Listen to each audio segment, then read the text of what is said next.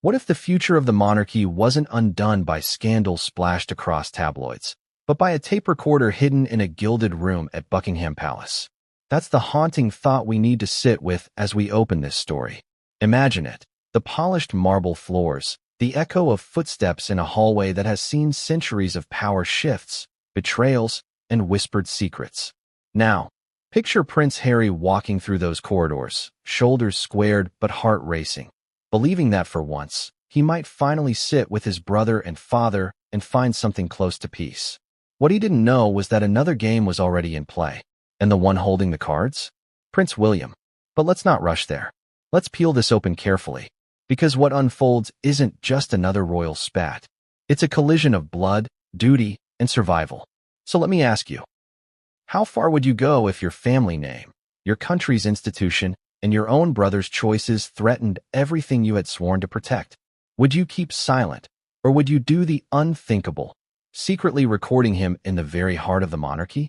That's the storm we're stepping into. Before we continue, please hit the like button, subscribe to the channel, and turn on the notification bell for updates. The first moments matter most. And Harry felt it, even if he couldn't name it. The air was thicker than usual. Buckingham Palace has always been a fortress, but to Harry, it wasn't a home anymore. It was enemy ground. Every glance from staff, every echo of a closing door felt like a reminder that he no longer belonged here. Yet here he was, back inside the gates, summoned with the faint hope that bridges could be rebuilt. At least, that's what he thought. What would you have done in his shoes? Let's rewind for a moment. The brothers had walked through fire together. Childhood shadows, the tragic loss of their mother, Diana, the scrutiny of the world's cameras, the fairy tales gone sour. For decades, it seemed unthinkable that William and Harry could ever truly split. They were the heirs and the spare, locked together by birth, even when their choices diverged. But over the last few years, something cracked. And that crack widened into a canyon. Public interviews, memoir revelations, and accusations of betrayal left wounds so deep that even the crown jewels couldn't polish them over. This is where things get messy. William had grown colder, more deliberate. He wasn't just a brother anymore. He was a future king. Every move, every word carried weight. To him, Harry wasn't just his younger sibling who made reckless choices. He was a liability, a threat, and Buckingham Palace doesn't tolerate threats. That's why this meeting mattered.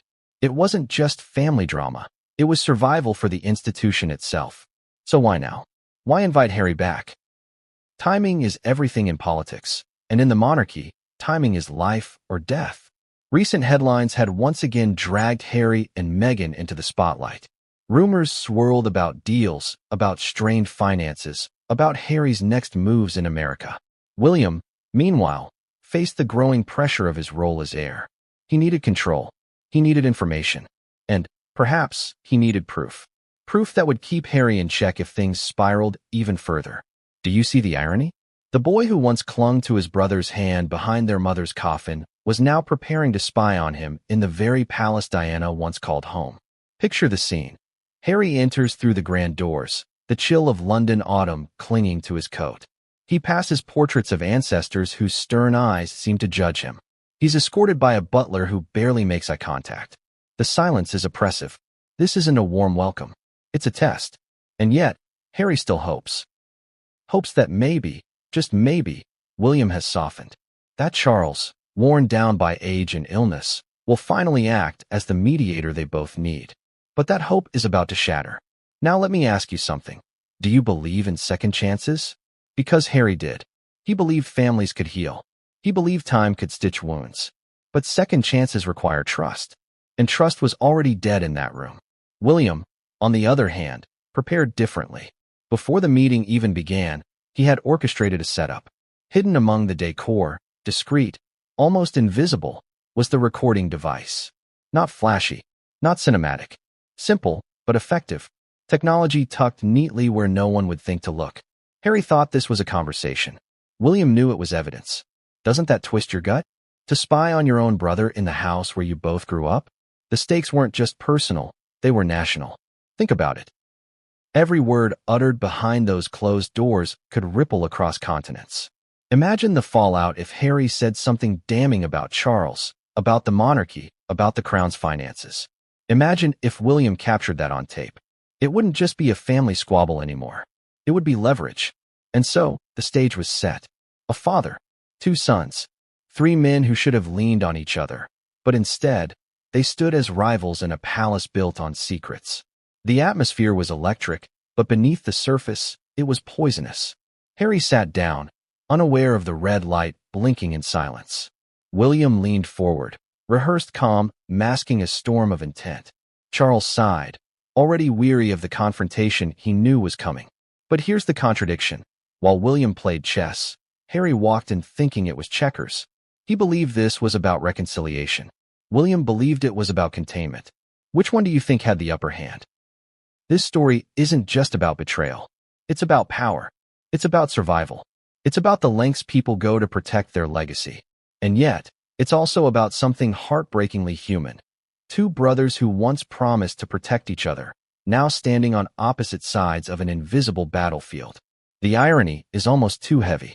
William, who often criticizes Harry for airing family laundry in public, was about to create the most dangerous leak of all, a leak born from within the palace walls. And Harry, who had once accused his family of playing dirty games with the press, was unknowingly walking straight into the dirtiest game of all. And this is where the hook tightens. Because in that moment, as the conversation began, Harry smiled faintly, trying to find warmth in his brother's eyes. He didn't see the trap. He didn't feel the walls closing in. He didn't hear the soft hum of a recorder capturing every word. But you and I, we know. We can feel it.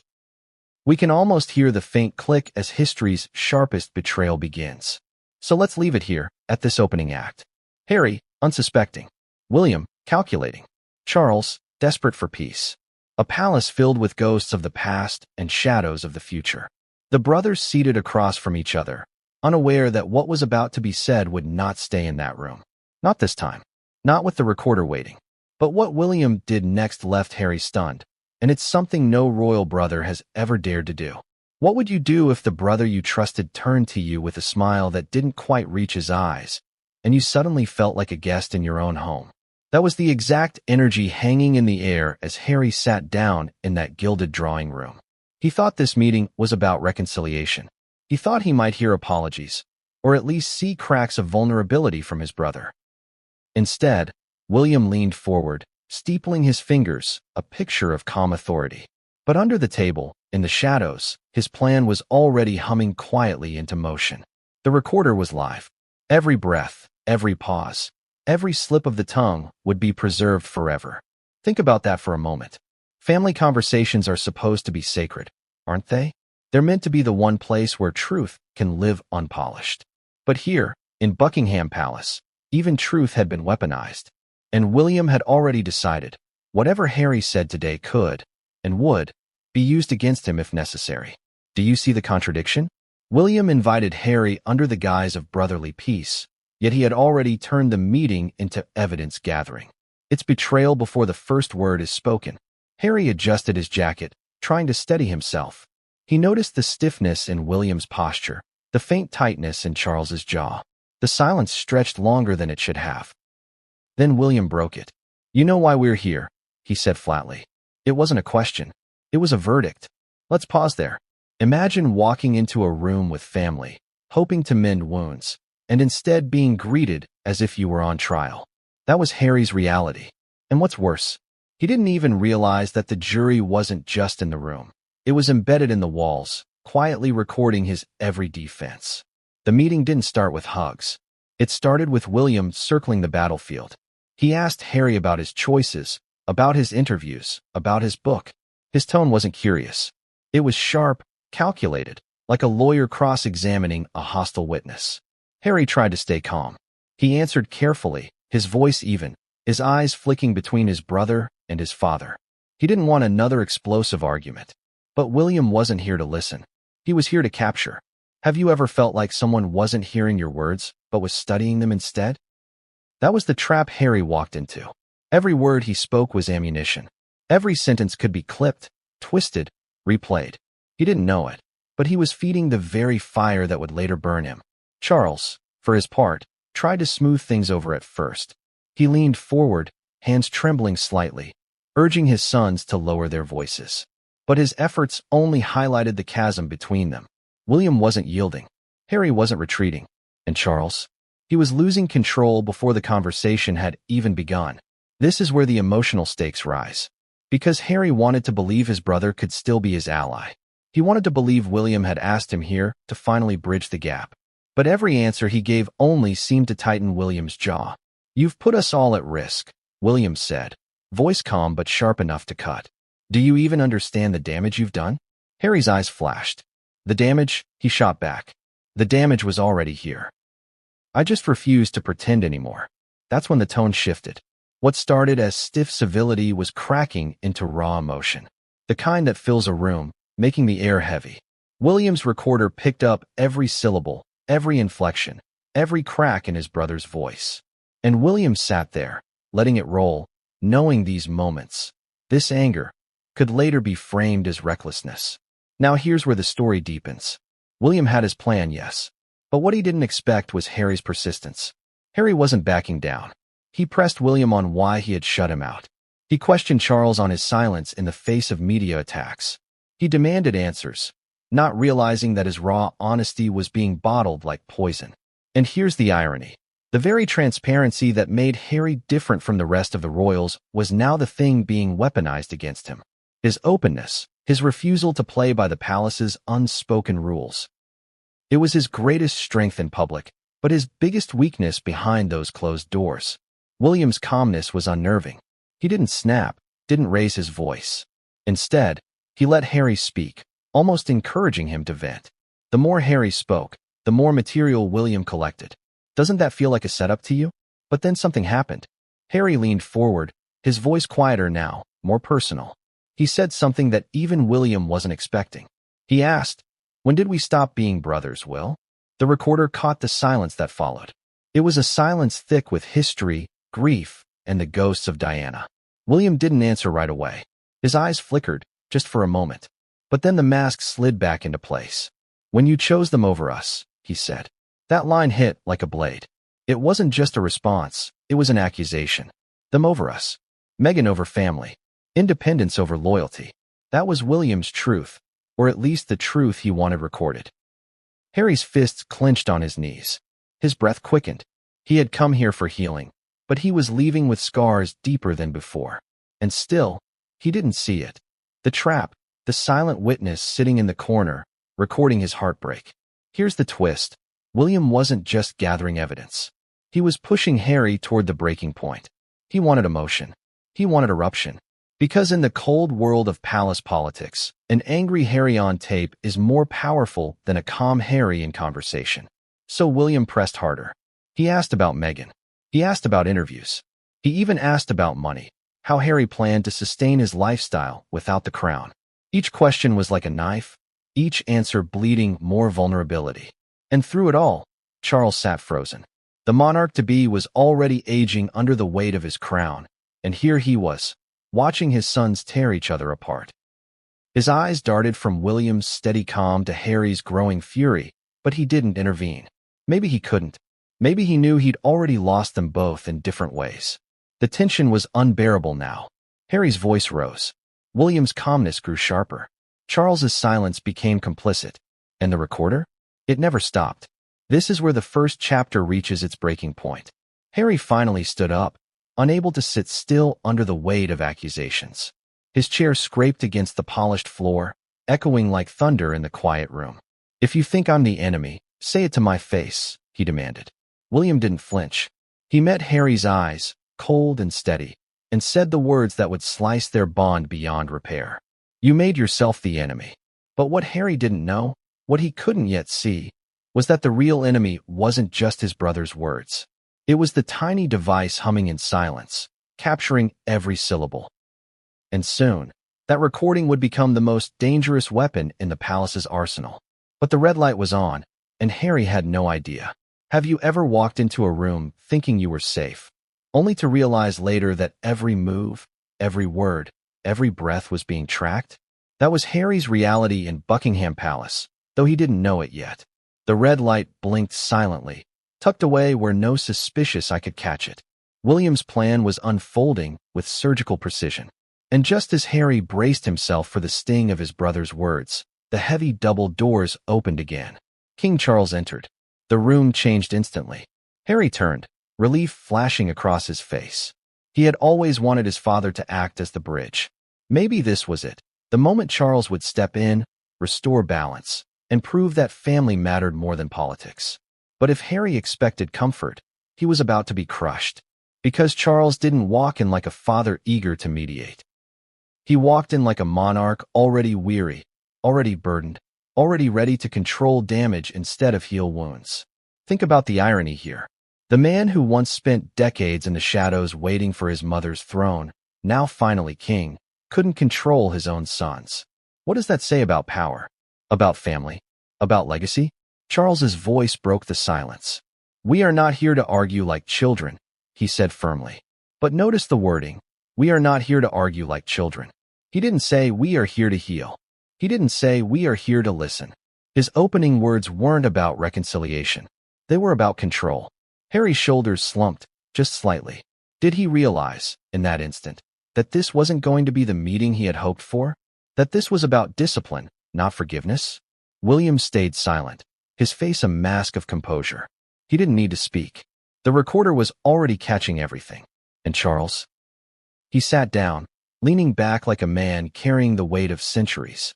His eyes darted between his sons, two men who should have been allies but had become adversaries. Here's where the contradictions bite hardest. Harry still wanted his father's approval, even after everything. He wanted to hear that Charles still saw him as a son, not just a liability. But Charles had changed. He wasn't just a father anymore. He was king. And a king thinks in terms of institutions, not individuals. So Charles began. "Harry, you've put us all in a very difficult position." The word stung. Not "how are you?" Not "I've missed you." Just blame, wrapped in royal formality. Doesn't that break your heart a little? Harry tried to stay composed. "I've told the truth. That's all I've ever done," he said. But Charles shook his head slowly, like a disappointed headmaster. "Your truth," he muttered.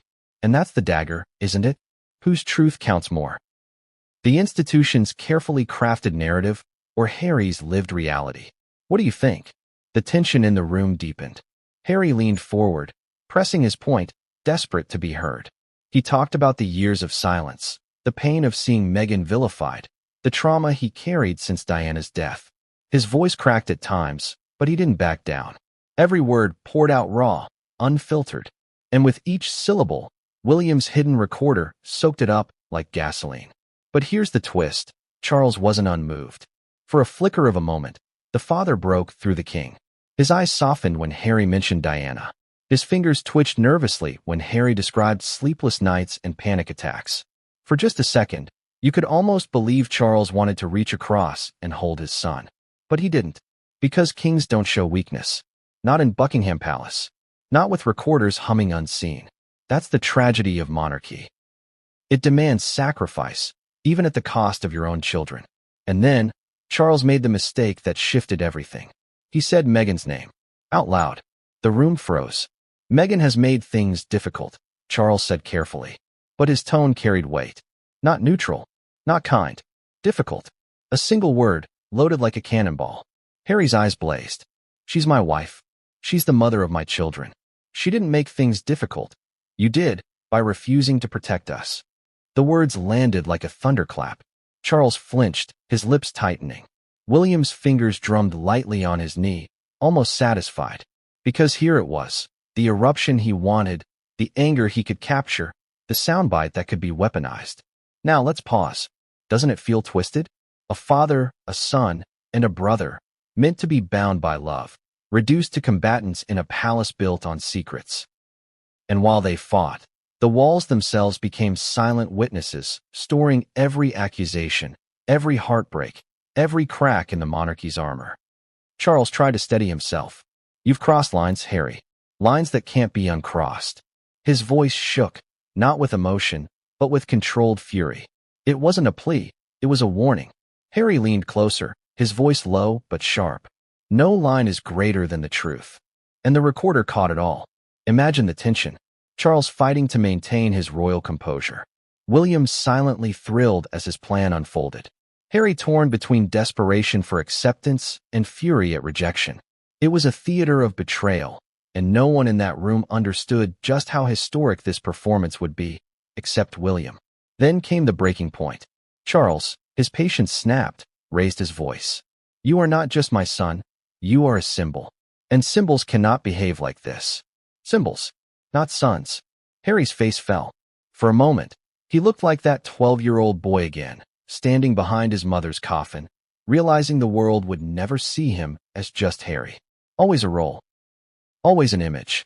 Never simply himself. And yet, he didn't break. He fired back. "Then maybe I don't want to be your symbol anymore." The silence after that was suffocating. Even William, usually so composed, shifted slightly in his seat. Charles's jaw clenched. The recorder blinked on, greedily swallowing the silence. This was no longer just a family dispute. This was a fracture that threatened the very foundation of the monarchy. And the cruelest part? None of them knew just how deep the betrayal went. Because hidden in the paneling, the red light kept burning, capturing every word. And the man who pressed record wasn't done yet. Because the words Charles chose would come back to haunt him, caught forever on tape. What happens when the words of a king, words never meant for public ears, become evidence, frozen forever on a secret tape? That was the risk Charles unknowingly walked into. His measured voice, his sharp accusations, his confession that Harry was a symbol rather than a son, all of it was captured. And William knew it. He sat there, calm as stone, letting his father speak, knowing every syllable might one day be used as leverage. Against Harry, against Charles, against both. But it was Harry who reacted first. "You think I don't see it?" Harry said, his voice trembling between rage and heartbreak. "Every time Meghan's name comes up, every time I try to defend her, you tighten your lips, you look away, you make it clear she's not welcome. And now you say I've crossed lines? What about the lines you crossed when you chose silence over protecting your own son?" The words struck hard. Charles blinked, clearly stung, but he held his composure. "You are not the only one who has suffered," he replied, his voice low, almost shaking. "We all live under the same shadow, Harry. You made it worse by dragging us into the light." There it was, the raw accusation. That Harry had not just broken away, but betrayed them by speaking publicly, by shining light into the corners Buckingham Palace preferred to keep hidden. Here's the contradiction, though. Isn't truth supposed to heal? Isn't light supposed to cleanse darkness? But in the monarchy, light is the enemy. Secrets survive in shadows. And William knew that better than anyone. He let the silence stretch, savoring the tension. This was the content he wanted. His father's clipped anger. His brother's emotional explosion. It was perfect. But Harry wasn't finished. He leaned in, his eyes fierce, his voice steadier now. "You don't want the truth because it makes you uncomfortable. You want control. And I won't let you control me anymore." Can you imagine how dangerous that statement is on tape? A prince declaring he won't be controlled by the monarchy. To a public already divided, those words would either sound like bravery or betrayal. William understood the double-edged power of that moment. And he smiled, faintly, though Harry didn't notice. Charles exhaled heavily, closing his eyes for a moment. He looked every bit his age now. Not a powerful king, but a weary man who had lost grip of his family. "This is not about comfort, Harry," he said. "It's about duty. About protecting the crown." And here's the sting. Charles wasn't even talking about protecting his family. He was talking about the crown, the symbol, the institution. To him, the monarchy itself mattered more than the men in the room. Doesn't that tell you everything? Harry's voice cracked with frustration. "The crown destroyed Mum.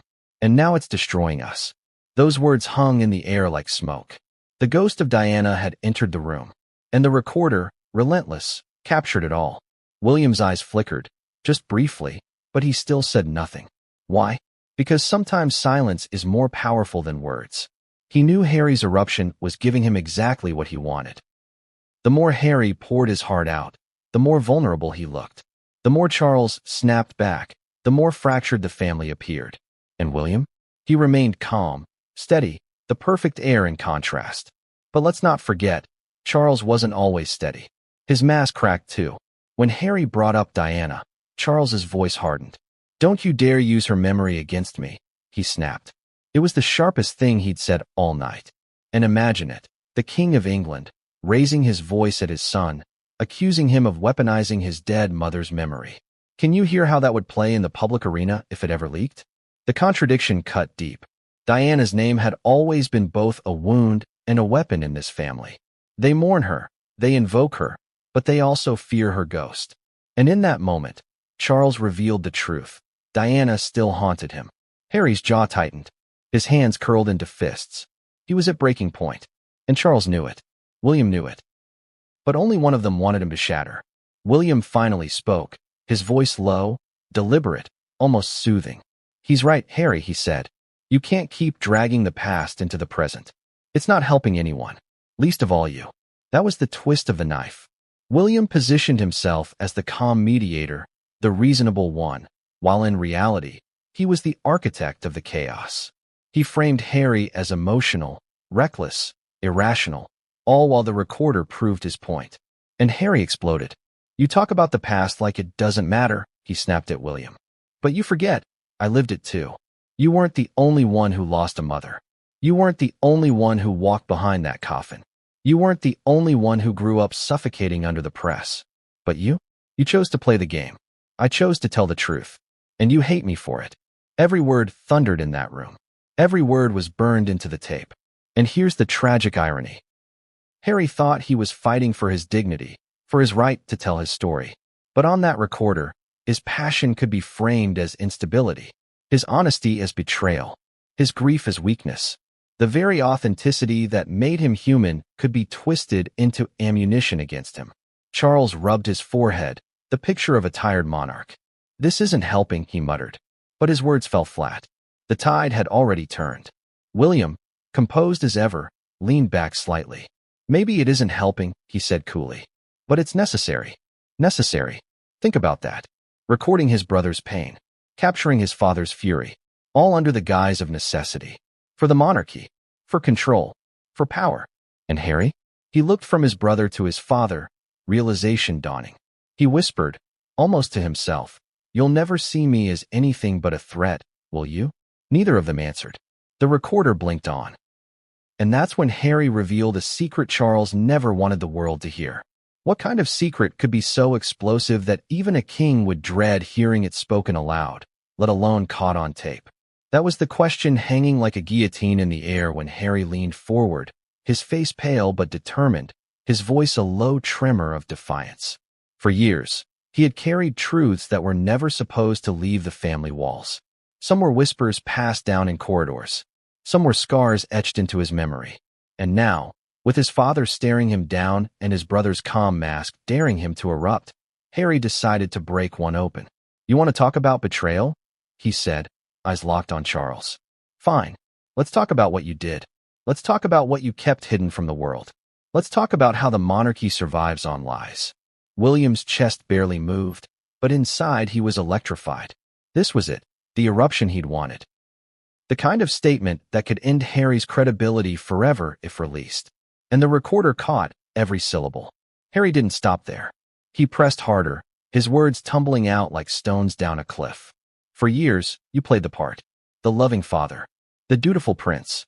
But I saw it all. I saw how you lived two lives. I saw how Mom suffered because of it. And I swore I would never play along with that kind of hypocrisy." Charles's face turned to stone. His knuckles whitened as he gripped the arm of his chair. "You will not speak to me like this," he thundered, but his voice cracked, betraying the fear underneath. Here's the contradiction. Charles had spent decades mastering control. Public smiles, careful words, diplomatic silence. But with his son in front of him, speaking truths too dangerous to name, he faltered. The mask cracked, and William knew this was gold. Every second of his father's rage was being immortalized on tape. Harry pressed on, his voice rising. "Do you think the world doesn't deserve to know? Do you think Diana's memory isn't already screaming from the grave about what really happened? You talk about duty. You talk about sacrifice. But you never sacrificed. You let her drown in silence while you lived however you wanted. And now you want to lecture me about loyalty?" That was it. The room went still. Even William, as composed as he was, shifted slightly, the first sign that Harry's words had cut deeper than planned. Because here was the danger. Harry wasn't just angry. He was telling the truth as he saw it. and truth has a way of burning through the walls built to contain it. Imagine being Charles in that moment, King of England, the most powerful man in the room, yet completely powerless against his son's accusations. Every word Harry spoke wasn't just a son's anger. It was history resurfacing, ghosts clawing back into the present, and all of it was being recorded. Charles finally broke the silence, his voice harsh, almost pleading. You think you understand everything, but you don't. You were a child. You didn't see the pressures. You didn't see the compromises I had to make. You don't know what it takes to hold this family together. Harry shot back instantly. Hold this family together? You call this holding it together? Look at us. Look at what we've become. This isn't a family. It's a cage. And there it was, the raw heart of it all. A cage. That's how Harry saw the monarchy. Not as a legacy, not as a duty. A prison built from tradition and lies. Let me ask you, what happens when a prisoner stops being silent? When he starts shouting through the bars for the world to hear? That's what Harry was doing in that room. And that's why William kept the recorder running. Because Harry's words, framed the right way, could bury him. Charles was shaking now, his voice rising with every word. You think leaving freed you? It chained you. Look at your life now, scrambling for money, selling stories, clinging to scraps of attention. You think you're free? You've shackled yourself in a different way. That accusation cut deep, and it was cruel. But wasn't there a hint of truth in it too? Had Harry escaped one cage only to walk into another? The cage of media contracts, book deals, Netflix cameras? That contradiction wasn't lost on the audience, and William knew the public would seize on it. Harry's face twisted with anger. At least I chose my cage, he spat. At least I had the courage to walk out of yours. William nearly smirked. Nearly, because this was perfect. His brother raging, his father unraveling, the monarchy's fractures laid bare. If this ever left the room, Harry would look like the aggressor, Charles like the victim, and William, the silent, steady one, would emerge untarnished. But let's not overlook something. William wasn't just recording Harry. He was recording Charles too. His father's fury. His confessions. His cracks. The tape wasn't just a weapon against Harry. It could be a weapon against the king himself. Doesn't that send a chill down your spine? The room was suffocating now. No one was calm anymore. Not even William. The quiet schemer was gripping the armrest tighter, his pulse quickening. Because as much as he planned this, even he hadn't expected Harry to push Charles this far. And then Harry said it. The words Charles feared most. The secret he prayed would never be uttered. You talk about sacrifice, father. But you never sacrificed Camilla, did you? The air turned icy. Charles froze. William's mask slipped for the briefest second. Harry had crossed the one line no one dared to say aloud in that palace. He had spoken her name in the context of betrayal. Camilla. The recorder blinked on. And in that moment, Charles's crown wasn't just heavy, it was threatened. Because Harry had pulled a ghost from the past into the present, and there was no way to shove it back into silence. Charles's voice dropped to a whisper, but it was filled with venom. Don't you ever say her name like that again. Harry didn't flinch. Why not? It's the truth. The world already knows. You didn't just betray Mom. You betrayed us. And you've been trying to bury that truth ever since. But I won't let you. William sat frozen, torn between horror and triumph. Because this was dynamite. Words that could tear the monarchy apart if they ever reached the outside. And they were now captured forever. The contradictions couldn't be sharper. Harry thought he was exposing truth. Charles thought he was protecting legacy. William thought he was preserving the monarchy, but he was also ensuring its darkest fissures were preserved on tape. And through it all, Diana's shadow loomed. Unspoken, but ever present. Charles finally snapped. He slammed his hand on the table, his voice thundering through the room. Enough. This ends now. You will not drag this family through the mud any longer. Harry leaned back, breathing hard, but his eyes burned with defiance. The mud was already here, he whispered, and the recorder blinked. Quiet, patient, eternal. But what William hadn't anticipated was that his plan, his careful trap, was beginning to turn on him. Because while he thought he was capturing Harry's downfall, he was also sealing his father's. And someone else in that palace was already listening. What if the trap you set for someone else slowly began to tighten around your own throat? That was the cruel irony William didn't see coming. He thought he was orchestrating a masterpiece. Harry's words captured, Charles's anger documented, leverage neatly tucked into a hidden recorder. But secrets are never one-sided. In a palace as old as Buckingham, whispers travel through walls, servants overhear fragments, and shadows are never truly empty. William believed he was the hunter. He didn't realize he was also prey. The air in the room was electric, thick with the ghost of Diana's name and the sting of Camilla's shadow. Charles's outburst still echoed, his handprint practically burned into the polished table. Harry's eyes shone with defiance, but his voice was ragged, stripped of years of exhaustion. William remained still, every muscle taut, every sense focused not on the argument but on the recorder. It was still running, still drinking in the chaos, still holding on to words that could detonate dynasties. And yet, what William hadn't counted on was just how explosive this conversation was becoming. He wanted evidence, yes, but evidence cuts both ways. Couldn't Harry, if he ever found out, use the very same tape to prove what the monarchy really thought of him? Doesn't betrayal, once recorded, live forever? The contradictions grew thicker. Charles, the king, tried to restore authority, but the tremor in his voice betrayed his fear. Harry, the exile, looked powerless but spoke truths that shook walls.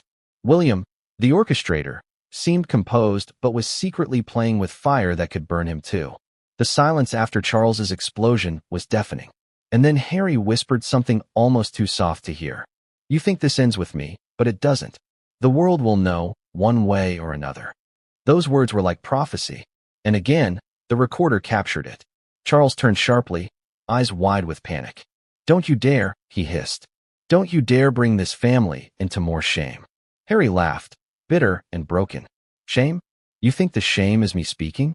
The shame is what you've all done and kept hidden." That laugh, the sound of a son mocking his father, a prince mocking a king, could itself become a headline. Imagine it. Leaked audio of Harry laughing in defiance of Charles. The tabloids would have a field day. William knew it. He had to bite back the temptation to smirk. But here's where the twist deepens. William wasn't the only one who knew how to play games. Harry wasn't stupid. He had grown up in these halls too. He knew their tricks. And while he didn't yet realize there was a recorder hidden in the room, he did understand something wasn't right. William was too calm, too patient, almost as though he wanted Harry to rage. So Harry tested the waters. He shifted suddenly, staring directly at William. "Funny, isn't it? You always manage to stay silent while everyone else gets their hands dirty. Almost like you want people to fall apart around you." For the first time, William flinched. Just a flicker, a tiny crack in his mask. And Harry saw it. That's the danger of secrets. They make you paranoid. William worried, for the briefest moment, that Harry could sense the trap. He forced himself to steady his breathing, to remain stone-faced. But Harry's suspicion lingered, gnawing at the edges of the confrontation. Charles, oblivious to the recorder but not to the rising storm, rubbed his temples. His voice softened, almost pleading now. "Harry, please. We've been through so much. Let's not destroy what little we have left." But Harry shook his head. "You don't get it, do you? It's already destroyed." And in a sense, he was right. The family bond had shattered long before this meeting. All that was left were shards, dangerous, sharp, capable of cutting anyone who tried to pick them up. William exhaled slowly. This was spiraling faster than he'd intended. He wanted tension, yes, but this level of rawness, this much rage, risked tipping Charles over an edge he couldn't pull back from. And if Charles said something truly damning, the tape wouldn't just damage Harry, it could haunt the king himself. Let me ask you, would you switch off the recorder at that point? Would you risk losing the leverage you came for in order to protect your own father's words? William didn't. He let it roll. Because power, once tasted, is too addictive to release. Harry's voice dropped lower, colder. "You've spent years hiding. Hiding from Mum's memory. Hiding from the truth about your marriage. Hiding behind your titles. But you can't hide forever. Not from me." That line. Not from me. Doesn't it feel like a challenge? A dare? And on tape, it sounded even more chilling. Charles looked stricken.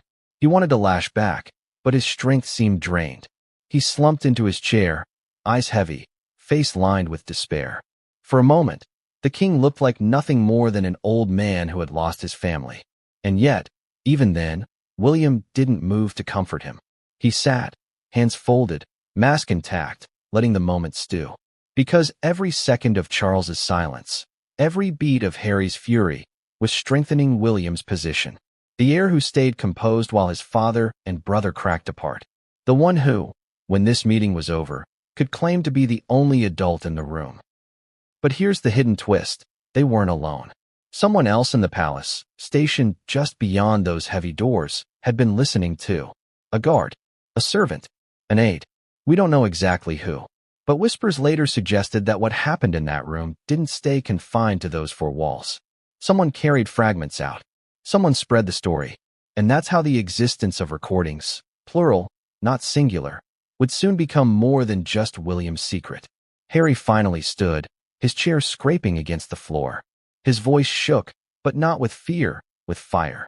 If you think you can silence me, you're wrong. If you think I'll play your game, you're wrong. I'm done pretending. Charles's head lifted sharply, eyes wet with anger. And what will you do, Harry? Destroy your own family? Tear down your brother, your father, your country? Harry's answer was almost a whisper, but it cut sharper than any shout. Maybe the truth needs to destroy us, if that's what it takes. And the recorder blinked. William's heart pounded. This was too much, too dangerous, too perfect. Harry had just handed him the soundbite of a lifetime. A prince declaring the monarchy deserved to be destroyed by truth. It was dynamite. But dynamite doesn't care who it kills. Because while William thought he held the match, he didn't realize the sparks were already catching his side of the room too. The words were still hanging in the air when a faint sound interrupted them, a knock. Sharp, unexpected, too soon. Someone outside the door. And when Charles whispered, "Not now," his voice shaking, Harry turned, suspicion flooding his eyes. The room wasn't as private as they thought. And soon, they'd all learn that William wasn't the only one recording that day. What if the private room you thought was sealed tight, every curtain drawn, every door locked, wasn't private at all? What if someone else, someone you never expected, was listening and worse, recording? That's the chilling realization that began to seep into the air of Buckingham Palace that night. The knock at the door wasn't just a knock. It was a warning, a signal that their war of words wasn't confined within four walls. The palace itself seemed alive, its corridors carrying whispers outward like veins pumping secrets into the bloodstream of history. Harry froze. His eyes darted toward the door, suspicion flashing sharp and sudden. For a man who had lived under the constant hum of paparazzi cameras and microphones shoved into his face, paranoia wasn't paranoia, it was survival. He narrowed his gaze at William, who sat perfectly still, hands clasped, expression unreadable. Too unreadable, almost rehearsed. Who else knows we're here? Harry demanded. Charles's lips tightened. Enough, Harry. This is private. But Harry wasn't convinced. He stepped toward the door, every step echoing in the suffocating silence. William's heart kicked in his chest. If Harry opened that door, if he saw something he wasn't supposed to, everything could unravel. Not just the meeting, the plan, the secret recording, the control William thought he had. Do you see the irony? Harry, the one being recorded, was now seconds away from discovering there was more than one listener in this palace drama. The hunter wasn't just William. There was another predator in the shadows. Harry gripped the door handle. His knuckles whitened. For a moment, it seemed he would rip it open and expose everything. But then Charles barked, his voice louder than it had been all night. Sit down. Harry spun around, shocked at the force. Charles's chest heaved, his face blotched red, the king abandoning his calm facade. This is a family matter, Charles hissed. And family matters stay in this room. But isn't that the cruel joke? Because nothing in that palace ever stays in the room. Servants hear, guards see, walls remember. And now, machines record. Harry laughed bitterly. Family? You keep using that word, but I don't think it means what you think it means.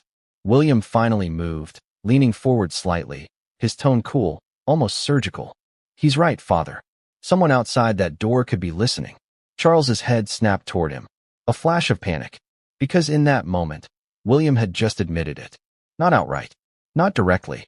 But enough. Enough for Harry to notice. Wait, Harry said slowly, his eyes narrowing on William. Why would you say that? Unless you know something. The silence that followed was lethal. William didn't blink, didn't breathe. But inside, his pulse hammered like a war drum. Harry was circling closer to the truth. Too close. Charles tried to interrupt, waving his hand dismissively. You're imagining things. Paranoia is not going to help us here. But Harry didn't look away from William. His voice dropped to a dangerous whisper. You're recording this, aren't you? The words sliced through the room like glass. William's jaw clenched, but he said nothing. And sometimes silence is the loudest answer of all. Think about that moment. The betrayal that Harry had feared for years, the press leaks, the palace briefings, the dirty games played with the tabloids, suddenly wasn't just outside interference. It was right there, across the table, in the face of his own brother. Harry's chest heaved. His fists clenched. His voice cracked as he said it again, louder this time. You're recording me. Charles shot a look at William, eyes wide with alarm. He hadn't known. Or had he suspected all along and simply chosen to look away? That's the question history will never answer. William finally spoke, his voice calm, deliberate, chilling. If I were, it would only be because I had to protect the monarchy. From you. There it was. No denial. No comfort. Just the cold logic of a future king. Protect the monarchy at any cost, even if the cost was his brother. Harry staggered back, as though struck. You betray me like that? After everything. William's gaze didn't waver. You betrayed us first. Here's where the contradictions scream. Who betrayed who? Was it Harry, for walking away and speaking his truth? Or was it William, for turning family into fodder for leverage? Who do you believe? Charles buried his face in his hands, whispering, God help us. Because he knew. This wasn't just a family argument anymore. This was war.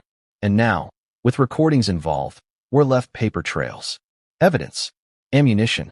Harry's voice rose, fueled by fury and heartbreak. You've become everything you swore you hated. Spying. Manipulating. Playing the press. Do you think Mum would be proud of you?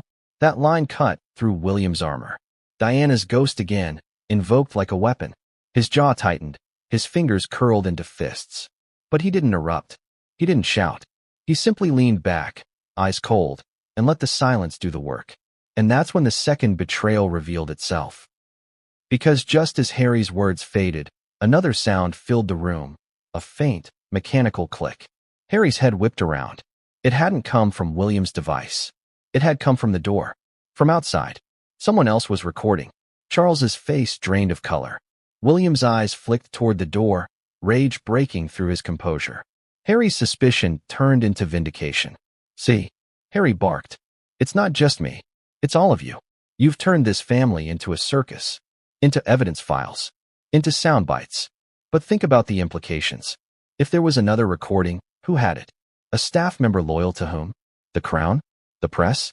A foreign power even? Once a tape leaves the palace, it can't be contained. It multiplies. It spreads. It destroys. William stood abruptly, his calm finally cracking. Who's out there? He barked. No answer. Just silence. But silence can be louder than truth. Harry stepped back, his face twisted in both horror and vindication. You've lost control, he spat at William. You thought you had me trapped. But someone else has you trapped too. And he wasn't wrong. Because William's plan wasn't airtight anymore. He wasn't the only one with evidence. He wasn't the only one holding the knife. In that moment, the balance of power shifted. Harry wasn't just the victim. Charles wasn't just the tyrant. William wasn't just the schemer. They were all prey now, caught in a web spun by an unseen spider. And none of them knew who held the real recording that could end them all. But when the door finally creaked open, revealing a figure none of them expected, the truth became even more terrifying. What if the figure standing in that doorway wasn't just a servant, not just another cog in the palace machine, but someone who knew exactly how much damage a single recording could cause? That's what froze the air when the hinges groaned and the door creaked open. 3 men, father, heir, and spare, turned toward the shadow in unison, their faces pale with dread. The argument, the accusations, the fury, all of it stopped cold. And then the figure stepped into the light. It wasn't a guard. It wasn't a nameless butler. It was an aide, one of those men in tailored suits who moved through the palace like ghosts. Always there, never noticed. Trusted, but never truly seen. And in his hand, unmistakable against the gold trim of the doorway, was a slim black device. A recorder. Harry's eyes widened. Charles went rigid. William's mask cracked for the first time. His lips parted, his composure slipped. And in that moment, the trapper looked exactly like the trapped. The aide spoke softly, almost apologetically. You weren't the only one who thought this meeting needed to be preserved. Let that sink in. William wasn't the only one recording. His secret game wasn't so secret anymore. Someone else had decided the truth needed insurance. Someone else had proof. But who were they working for? Harry's voice shook with a mix of fury and vindication. You see? I told you. This isn't about family anymore. It's about power. You're all spying on each other like enemies. Charles shot up from his chair, trembling with rage. Who authorized this? He demanded, his voice booming. But the aide didn't flinch. He simply glanced at William. And that glance said everything. Do you see the contradiction? William thought he was the master strategist, capturing his brother's downfall while staying untouchable himself. But that single glance revealed the truth. William wasn't the puppet master. He was a pawn. Someone higher, or perhaps someone deeper in the shadows, was pulling strings neither he nor Harry could see. William clenched his jaw. His voice, when it came, was tight, low, controlled. Give it to me. But the aide shook his head. This doesn't belong to you, sir. The words hit like thunder. Sir. Not, Your Royal Highness. Not Prince. Just sir. A subtle strip of deference, as if to remind William that in this moment, he wasn't in control. He was just another man caught on tape. Harry's laugh was bitter, mocking. So the hunter's been hunted. How does it feel, Will? William's fists curled, his mask fracturing further. He wanted to lash out, but he couldn't. Not with his father watching. Not with Harry gloating. Not with the aide standing calm and steady, recorder in hand. Charles's voice was desperate now. You don't understand what you're playing with. If that tape leaves this palace, it will destroy us. But isn't that the question? Who decides what destroys and what protects? A recording could ruin Harry. It could ruin Charles. It could even ruin William. Or it could be the very thing that saves the monarchy, depending on who controls it. The aide gave a faint, almost imperceptible smile. That depends on how you behave moving forward. It was blackmail, dressed up in polite tones. Control, handed not to princes or kings, but to a man whose name the public didn't even know. Harry turned on William, his voice sharp with accusation. You did this. You started this. You thought you were clever, recording me. But now look, you've lost control of your own game. And here's the irony. Harry was right. William's plan was supposed to corner his brother. Instead, it had exposed his own vulnerability. Now, instead of one secret recorder, there were two. Two sets of tapes. Two potential weapons. And neither was in William's sole control. The atmosphere was suffocating. 3 men of royal blood stood powerless in front of a servant with a machine in his hand. Doesn't that tell you everything about the fragility of power? Charles sank back into his chair, his voice a rasp. You don't know what you're doing. You could bring down the entire monarchy. The aide's reply was chilling in its simplicity. Perhaps that's the point. Silence. Pure, horrifying silence. Because that single line suggested something darker. This wasn't just about recording for insurance. This was about leverage. About influence. About shifting the balance of power in ways none of them had foreseen. Harry stared, stunned. William's face twisted with fury. Charles closed his eyes, the weight of centuries pressing on his shoulders. And then the aide slipped the device into his pocket, gave a polite nod, and walked out, leaving behind a room splintered beyond repair. The door clicked shut. Harry turned back to William, his voice dripping with venom. Now tell me again, brother, who's really protecting the monarchy? The recorder outside the door was gone, but the damage wasn't. Because in that moment, each man in that room realized something terrifying. The monarchy wasn't just being destroyed from the outside. It was rotting from within. But the worst part? None of them yet knew just how many copies of those recordings existed, or where they would surface next. What if the most dangerous weapon in Buckingham Palace wasn't a crown, a title, or even a throne, but a recording that could not be controlled? That was the terrifying reality as the door clicked shut behind the aide. 3 royals, bound by blood but fractured by betrayal, were left staring at one another, their faces drained of color. They all understood the same thing at once. The power had shifted, and none of them held it anymore. Harry broke the silence first. His voice was raw, jagged, filled with years of pent-up rage. You see? This is what happens when you play games, William. You think you can control me, silence me, turn me into your puppet. But now someone else has the strings. How does it feel? William didn't answer. He couldn't. His jaw was set, his fists clenched, but his mind was racing. He had planned this meticulously, hadn't he? Hide the recorder, keep calm, draw Harry out, get the sound bites. But now his father's anger, his brother's defiance, and his own cold machinations were in the hands of an outsider. What if the aide wasn't acting alone? What if those recordings were already duplicated, already moving through channels William couldn't reach? Charles groaned, his hand pressed to his forehead. He looked less like a king and more like a tired old man who had just watched his life's work begin to crumble.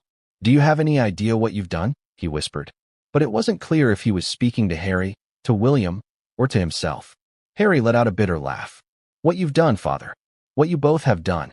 You talk about loyalty, but it's all about control. You talk about family, but you spy on me. And now you've lost control of your own dirty tricks. It's a contradiction that cuts deep, isn't it?" Harry, who the world saw as the rebel, the outsider, the threat to the monarchy, was suddenly the only one in the room who seemed vindicated. William, the heir, and Charles, the king, were caught in their own web. "Doesn't it feel almost poetic?" William finally spoke, his voice sharp, deliberate, like a blade. "We don't know who he was working for. We don't know where that recording is going. But make no mistake, Harry, if that tape leaks, it won't just hurt me. It will hurt you too. It will hurt all of us." Harry's eyes burned with fury. Good. Maybe the world deserves to hear it. Maybe they need to know how this family really works. Charles's voice cracked as he shot back. "And what then? What happens when the monarchy falls? Do you think you'll be free, Harry? Or will you just drag us all into the dirt with you?" That's the irony. They all feared different things, but the danger was the same. For Charles, it was the monarchy's collapse. For William, it was losing his carefully polished image. For Harry, it was being silenced forever. And now, all three futures hung in the balance of a single recording.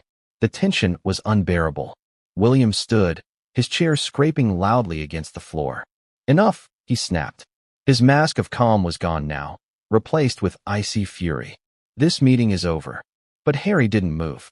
He stood his ground, his voice low and dangerous. "No, it's just beginning. Because now I know the truth. You're not just my brother. You're my enemy." Those words froze Charles where he sat. Enemy. Spoken aloud. Between sons who once clung to each other for survival. Between brothers who walked behind Diana's coffin. Between men who were supposed to carry the monarchy forward together. Enemy. William's eyes narrowed. "You chose that path, Harry. Not me." Harry stepped closer, his face inches from William's. "No, well, you chose it the moment you pressed record." And here's the haunting contradiction. William recorded Harry to protect the monarchy. But in doing so, he had created the very evidence that could destroy it. Charles's voice trembled with desperation. "Stop this, both of you. You're tearing us apart." But wasn't it already too late? The palace walls had heard everything. The tapes existed in more than one set of hands. And now, for the first time, all three men realized that the monarchy's greatest threat wasn't Meghan, wasn't the press, wasn't even Harry's interviews. The greatest threat was themselves. Then, just as Harry turned toward the door to leave, William said something that changed everything. His voice was cold, measured, final. "If you walk out of here tonight, Harry, you'll never step foot in this palace again." Harry froze. The words hung in the air like a blade. Was it a warning? A threat? Or a promise already decided? Harry turned slowly, his face a mask of fury and heartbreak. Then so be it. And he walked out, the heavy doors slamming shut behind him. But William wasn't finished. Because what he did next, the step he took after Harry left, was the most shocking betrayal of all. But the worst part? None of them yet knew just how many copies of those recordings existed, or where they would surface next. What if the most dangerous weapon in Buckingham Palace wasn't a crown, a title, or even a throne, but a recording that could not be controlled? That was the terrifying reality as the door clicked shut behind the aide. Three royals, bound by blood but fractured by betrayal, were left staring at one another, their faces drained of color.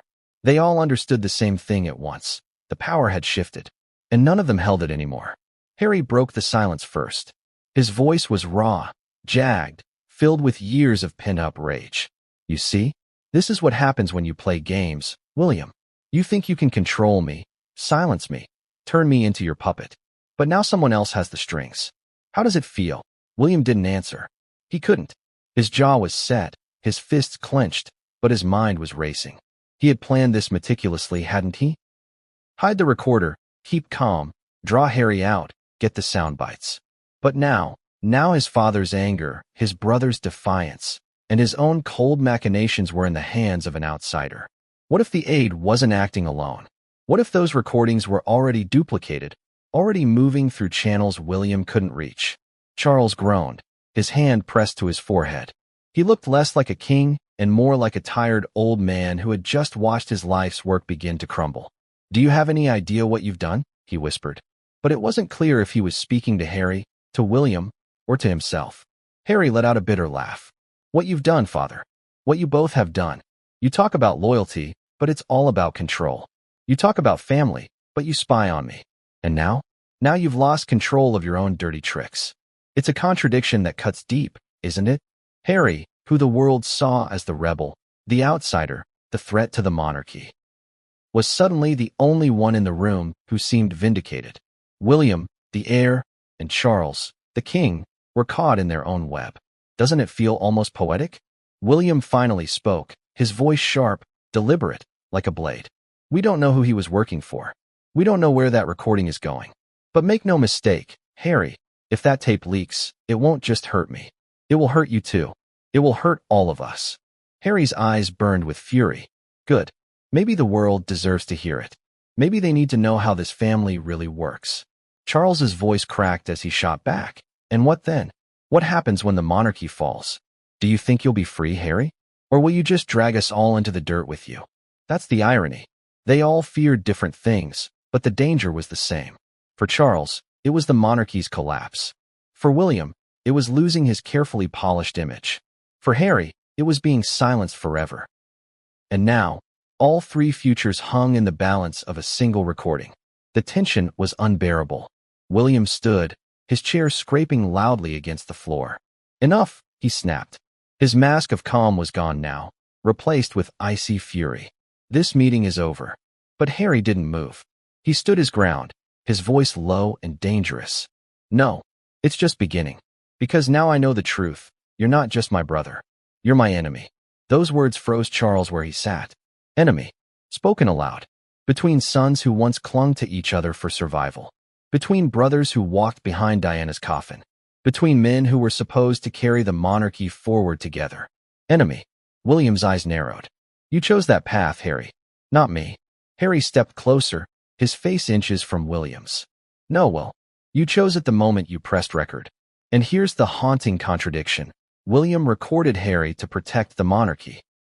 But in doing so, he had created the very evidence that could destroy it. Charles's voice trembled with desperation. Stop this, both of you. You're tearing us apart. But wasn't it already too late? The palace walls had heard everything. The tapes existed in more than one set of hands. And now, for the first time, all three men realized that the monarchy's greatest threat wasn't Meghan, wasn't the press, wasn't even Harry's interviews. The greatest threat was themselves.